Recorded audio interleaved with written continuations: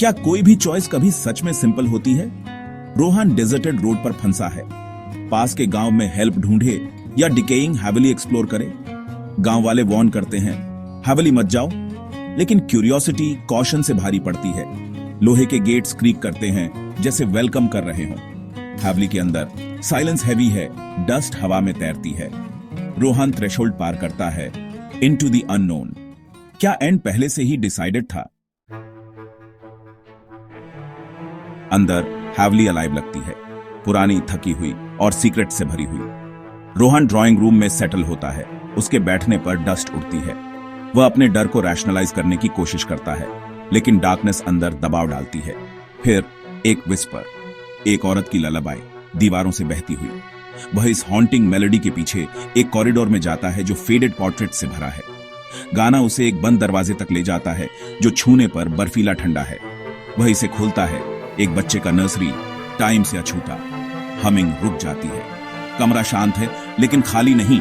एक presence linger करती है, एक इतनी भारी उदासी कि यह लगभग फिजिकल है। रोहन को लगता है कि वह अकेला नहीं है। वेलकम खत्म हो गया है, असली कहानी शुरू होने वाली है। वह जमा हुआ खड़ा है, दिल तेजी से धड़क रहा है, जैसे हैवली के सीक्रेट्स हिलते हैं। हवा और ठंडी होती जाती है, शैडोज हिलते हुए लगते हैं। रोहन को पता चलता है वह एक ऐसी जगह में आ गया है जहां सौरो कभी नहीं सोता और रात अभी बाकी है। नर्सरी की साइलेंस टूट जाती है। ड्राइंग रूम से एक क्रैश। रोहन की फ्लैशलाइट कांपती है जब वह इन्वेस्टिगेट करता है। एक ग्लास टूटा पड़ा है, अनसीन हाथों से फेंका गया है। हवा मेलेवलेंस से क्रैकल करती है, फर्नीचर जैसे उसकी ओर झुककर देख रहा हो। फिर हंसी, एक बच्चे की, हर जगह से और कहीं से भी इको करती हुई। ये मॉकिंग है, रिलेंटलेस, उसकी सैनिटी को कम करती हुई। ऊपर फुटस्टेप्स तेजी से दौड़ रहे हैं, छोटे, फ्रैंटिक, कभी न खत्म होने वाले। रोहन पैरालाइज्ड है, साउंड और फियर से असॉल्टेड है। हैवली अलाइव है, उसके साथ खेल रही है, उसके टेरर से फीड कर रही है। गांव वालों की वार्निंग्स उसके दिमाग में इको करती है। यह कोई ऑर्डिनरी हॉन्टिंग नहीं है। हाउस खुद सौरो और रेज की एक लिविंग मेमोरी है। रोहन को पता चलता है वह सिर्फ एक विजिटर नहीं है, वह प्री है। हंसी फेड्स हो जाती है, लेकिन डर बना रहता है। हैवली का गेम अभी शुरू हुआ है। डेस्परेट होकर मैं ग्रैंड स्टेयरकेस पर चढ़ता हूं, फैंटम फुटस्टेप्स से खींचा हुआ। ऊपर फैमिली पोर्ट्रेट्स पेंटेड मोर्नफुल आंखों से देखते हैं। एक पेंटिंग, एक family stern father, sad mother, little girl मुझे अपनी ओर खींचती है। लड़की की आंखें लगभग अलाइव लगती हैं, उसकी उदासी ललाबाई को इको करती है। मुझे मास्टर बेडरूम मिलता है जो जल्दबाजी में छोड़ दिया गया था। डेस्क पर एक डायरी इंतजार कर रही है, उसके सीक्रेट्स इग्नोर करने के लिए बहुत टेम्पटिंग है। एंट्रीज जॉय से शुरू होती हैं, फिर फियर में स्पाइरल करती हैं। मदर अपने पति के लेगेसी के ऑब्सेशन, अपनी बेटी के प्रति उसकी कोल्डनेस के बारे में लिखती है। फाइनल पेजेस फ्रैंटिक हैं, वह उसे दूर ले जा रहा है, वह कभी इस हाउस को नहीं छोड़ेगी।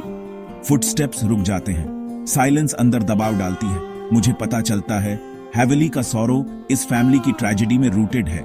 हाउस सीक्रेट्स के लिए एक टूम्ब है और किसी और भी बदतर चीज के लिए। मैं डायरी पकड़ता हूं, दिल तेजी से धड़क रहा है। ट्रूथ पास है और हैवली देख रही है। मैं खुद को ब्रेस करता हूं, आगे क्या आता है उसके लिए।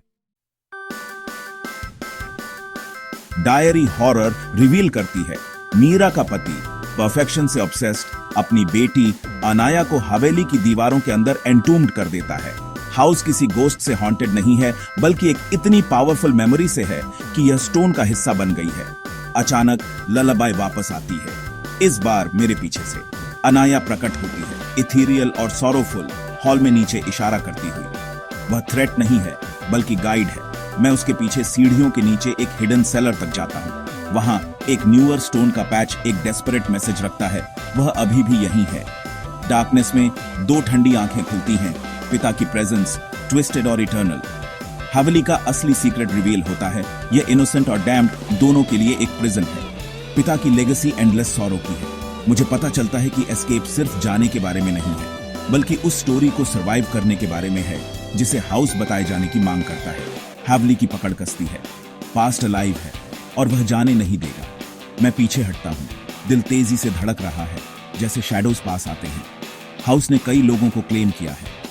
आज रात इसने लगभग मुझे क्लेम कर लिया। लेकिन स्टोरी आखिरकार फ्री है।